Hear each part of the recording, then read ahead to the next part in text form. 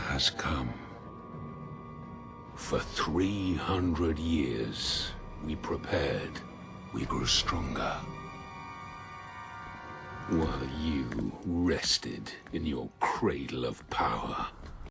Let's talk about Amazon Prime. A lot of big hits over on Amazon Prime. The Boys was quite successful for Amazon. Invincible was a pretty good show. A lot of people making memes off of a scene in that show, which of course increases the popularity of the show. So it's good news for their show. It's going to boost it. More people are going to go check it out. That's one of the reasons why season 2 was announced a while ago. However, they've come forward and decided to put a new policy in. They're going to step things up for inclusion and equity, not equality, equity. A little bit of a difference there. Equity is a more communist type of policy. They care. They want to make changes and make things for all of the POC out there in the world, or so they say. Let me go through a little bit of this, and then I'm going to show you some stuff for how they treat their actual workers, particularly people of color, kind of highlighting the hypocrisy of a company, which I always like to point out. So these companies come out and they say, oh, we care. We want to put people in these roles. Give us good social media ass pats, when it's really anything but. The thing that we're going to talk about here is hypocrisy. So let me go over a little bit of this announcement. In a press release announcing the new inclusion policy, Amazon detailed that this policy extends its commitment to diversity, inclusion, and equity for its content and productions. More of a fan of equality myself. That gives everybody the same look, the same kind of opportunities. I think that's great. Equity is a little bit different. You can look into that yourself. Equity is kind of scary because that's straight up communism, to be honest. So, along with the inclusion policy, they also rolled out a new playbook to strengthen ongoing commitment to diverse and equitable representation. According to Amazon, the policy and playbook will offer detailed and actionable recommendations as Amazon Studios continues to seek out stories and storytelling that amplify voices across race, ethnicity, nationality, sexual orientation, age, religion, disability, including mental health, body size, gender identity, and gender expression for the global Prime Video audience. And that's kind of the gist of it. There's a whole article here going over what they want to do and how they want to change things and how they're going to have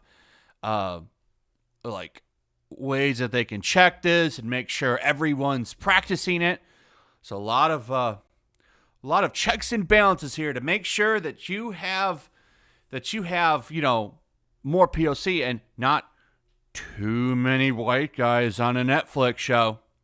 But how do they actually implement these policies when it comes to real life situations? Well, not very well. Let's take a look at how Amazon actually treats its workforce. You might be surprised by some of this. Not a very good company to work for. Amazon tracks the movements of its warehouse workers because Jeff Bezos believes people are naturally lazy. Well, what do you mean by that? Well, let me show you. Amazon Prime Day offers great sales. Here's what workers suffer through to make this happen. And it's pretty bad. It's pretty bad. I'm not going to go too much into their work conditions. What I want to highlight here is how bad they make it for people of color. The people that they say they champion and want to improve the lives of. They have Amazon Prime Studios doing all of this, but what about their actual treatment of workers who, by the way, at these warehouses for these workers, at least 50% people of color that work there. How do they treat them? They track all of their movements. They will fire you with little notice. I believe, from what I understand, an app will fire you because this app tracks all of your movements. So these huge warehouses, and they're big. They're big. they have to walk to a break room. They might actually just get a couple of minutes in the break room, and then they've got to walk all the way back. There's stories of people that deliver packages because they have their own delivery service now. They pee and poop in bottles or bags. They go in bottles and they also go in bags for the number 2. People will be right here. They'll be told about a new shift the day before. So if you got family and kids and obligations, sorry, you're going to afternoon shift tomorrow. Get some sleep. Oh, midnight shift. Get some sleep. Before I go over this, where he talks about how people are naturally lazy, let me jump over here and show you this. Okay. So half of the people at these warehouses, people of color. But I thought you wanted to improve the lives of these people. Well, let's go over here. This was the big one. There's a rising concern over racial inequity. The retail giant is largely powered by employees of color. According to internal records from 2019, more than 60% of associates at JFK 8 are black or Latino. This is a warehouse in New York that's in a middle-class area, by the way. And black associates at the warehouse were almost 50% more likely to be fired, whether for productivity, misconduct, or absenteeism than their white peers. The records show Amazon said it could not confirm the data without knowing more specifics about its source. Of course, they couldn't confirm it. They don't want it. That's bad press. Derek Palmer, a black worker at JFK 8, began at the company in 2015 as an enthusiast, and he was a top producer. But I'm guessing that's what they call their line workers, top producers or something like that, or producers. Everybody's different. They all have like little names for their employees. But between the constant monitoring, the assumption that many workers are slackers, and the lack of advancement opportunity, a lot of minority workers just felt like they were being used, Mr. Palmer said. His comments echoed the sentiment of black workers behind an unsuccessful unionization campaign at an Amazon warehouse in Alabama this year. This spring, the company introduced a host of diversity plans, including a goal to retain employees at statistically similar rates across all demographics, an implicit admission that the numbers had been uneven across races. At JFK 8, leaders are holding weekly talent review meetings to ensure that black and Latino workers, among others, are advancing. That is a bold-faced lie. I am shocked. Shocked!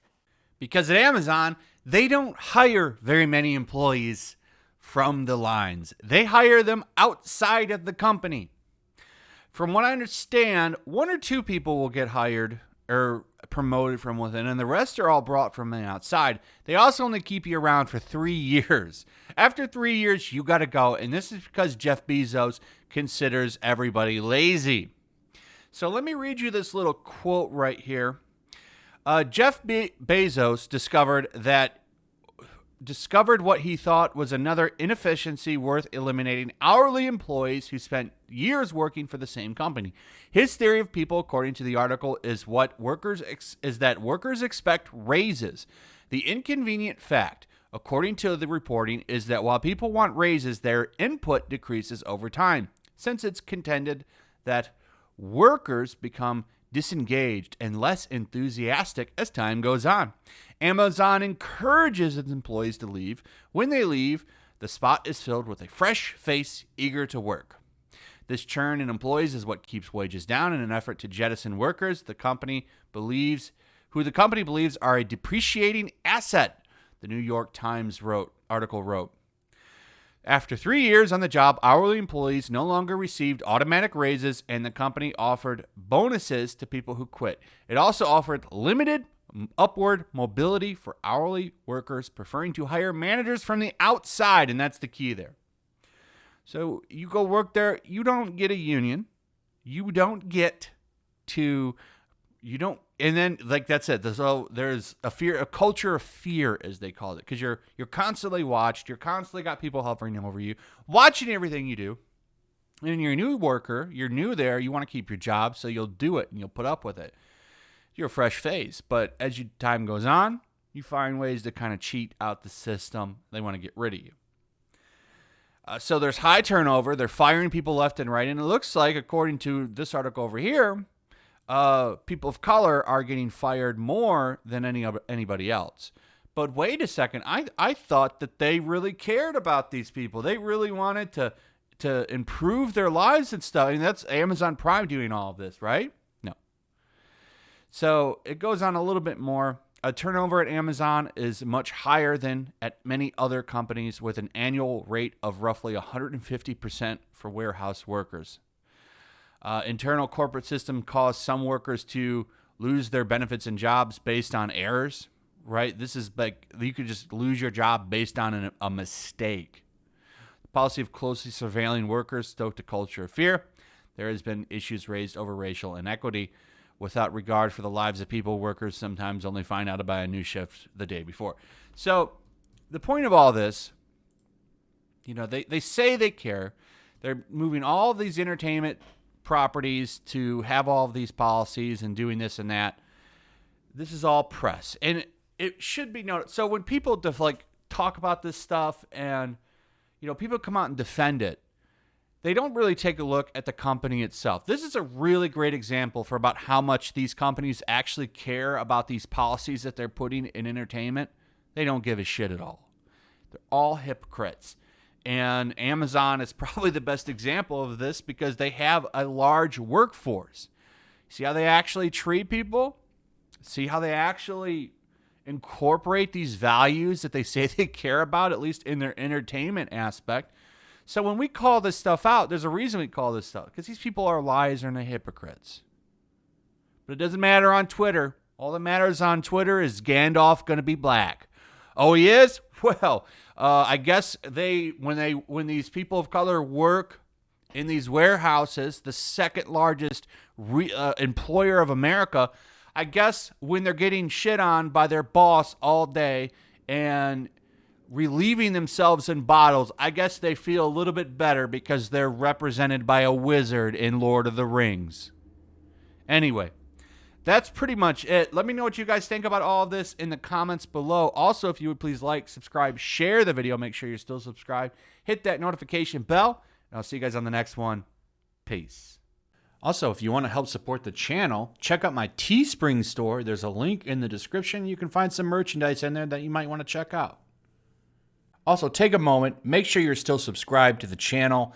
There's something going on right now, and they've been unsubscribing people. So just take a second and double check on that, and subscribe if you're new.